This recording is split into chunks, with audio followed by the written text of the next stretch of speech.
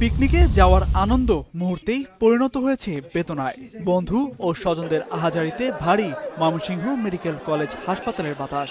গাজীপুরে বিআরটিসির দোতলা বাস বিদ্যুতায়িত হয়ে প্রাণ গেল বিশ্ববিদ্যালয় শিক্ষার্থীর। শনিবার সকালে ৬টি বাসে করে শ্রীপুরের পিকনিক স্পটে যাচ্ছিলেন গাজীপুরের ইসলামিক ইউনিভার্সিটি অব টেকনোলজির শিক্ষার্থীরা। উদয়খালী এলাকায় দোতলা বাস ঘোরানোর সময় বিদ্যুৎ সঞ্চালন লাইনের তারের সঙ্গে লেগে গাড়ির ভেতরে ধোঁয়া উঠতে থাকে। এ সময় এক শিক্ষার্থীর শরীরে আগুন লেগে ঘটনাস্থলেই প্রাণ হারান তিনি। বাসে হচ্ছে কারেন্ট ফ্লো হয়েছে, তো ওখানে দরজায় যারা দাঁড়ায় ছিল ওরা সবাই আর কি মানে মারা গেছে।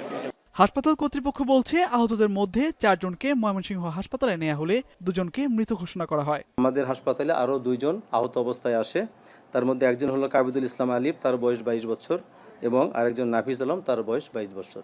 তো যে 3 জন ব্রড ডেড এসেছে তাদের বডি আমরা আমাদের মর্গে রেখে দিয়েছি এবং আমরা এই সমস্ত বডি পুলিশকে হস্তান্তর করব। তারপরে যেভাবে আইনি প্রক্রিয়া আছে সেভাবে সেটা চলবে।